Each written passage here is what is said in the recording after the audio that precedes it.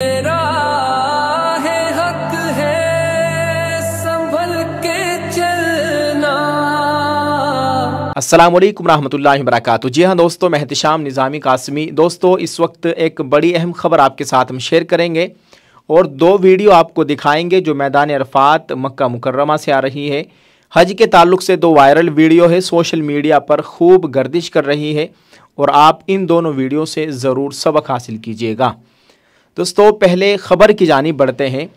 मध्य प्रदेश के मंडला से एक बड़ी हैरानकुन खबर यह है कि वहाँ पर 11 मुस्लिम घरानों के घरों को बुलडोज़र के ज़रिए मिस्मार कर दिया गया। और क्यों मिस्मार किया गया है, आप वजह जानकर हैरान रह जाएंगे। उन पर यह जुर्म था, उन पर यह आरोप था कि इनके घरों में गाय का गोश्त रखा हुआ है। इस तरह की बातें सोशल मीडिया पर बहुत ज़्यादा वायरल हो रही है। बताया जा रहा है कि मध्य प्रदेश के मंडला में 11 मुस्लिम ख़ानदानों के घरों को सिर्फ इसलिए बुलडोज़ कर दिया गया, मिस्मार कर दिया गया, क्योंकि उन पर गाय का गोश्त रखने का इल्ज़ाम था। नफ़रत की ये बुलडोज़ सियासत इस मुल्क की अदालतों और आइन को तबाह कर रही है। अदालत के सामने इज्तिमाई सज़ा का ये अमल जमहूरियत पर घात लगाने वाला साबित होगा। ये बहुत ही ख़तरनाक बात है कि ये खुद से नोटिस लेते हैं और कैसे मुसलमानों के घरों को बुलडोज़र के ज़रिए मिस्मार किया जा रहा है, बेघर किया जा रहा है। दोस्तों, अब सवाल ये पैदा होता है, क्या FIR दर्ज हुई? क्या तहकीकात के बाद चार्जशीट दायर की गई? क्या वो गाय का गोश्त रखने के मुजरिम पाए गए? IPC की कौन सी सज़ा घर मिस्मार करना है? दोस्तों, पूरे अदालती अमल को इस तरह बुलडोज़ करना पूरे मुल्क के लिए ख़तरनाक और इंसानियत पर सिया धब्बा है। हाई कोर्ट अज खुद इसका नोटिस ले और इसको अपने ज्ञान में ले, इसका सख्ती के साथ नोटिस लिया जाए क्यों इन मुसलमानों के घरों को इस तरह बुलडोज़र के ज़रिए मिस्मार किया गया। अल्लाह ताला खैर का मामला फ़रमाए। ज़रा सी किसी मुसलमान से कोई गलती हो जाए तो फ़ौरन उसके घर पर बुलडोज़र चला दिया जाता है। इस तरह के वाक़यात आए दिन सामने आ रहे हैं। अल्लाह ताला रहम करम का मामला फ़रमाए। अल्लाह ताला भारतीय मुसलमानों के ऊपर अपना करम फ़रमाए, उनकी हिफाजत फ़रमाए। दोस्तों, इस तरह की ख़बरें जब सामने आती है बहुत अफसोस होता है। लखनऊ के अकबर नगर में कैसे वहाँ पर बुलडोज़र चलाकर कितने घरों को उजाड़ दिया गया।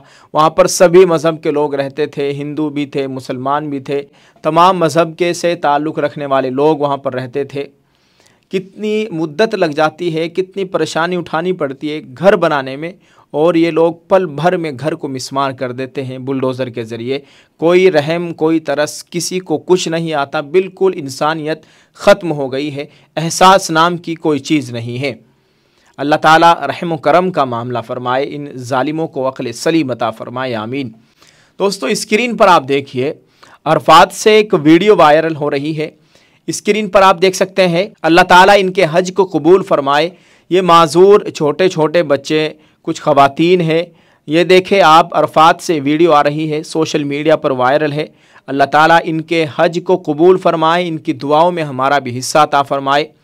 दोस्तों, अल्लाह जिसे बुलाता है वहाँ पर वही जाता है। वहाँ पर काबिलियत नहीं, वहाँ जाने के लिए काबिलियत नहीं, कबूलियत चलती है।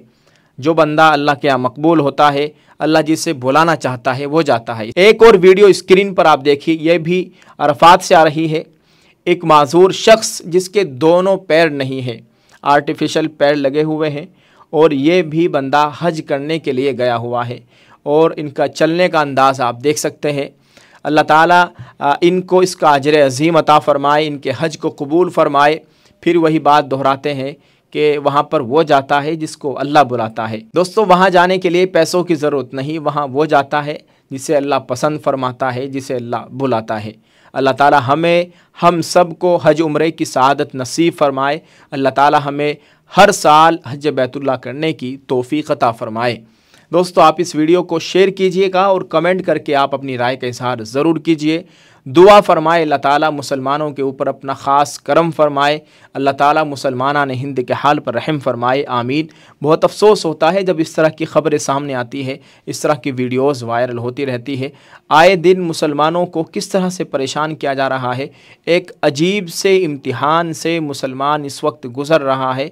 अल्लाह ताला मुसलमानों के ऊपर अपना ख़ास फ़ज़ल फ़रमाए, आमीन। अस्सलामु अलैकुम वरहमतुल्लाहि वबरकातुहू।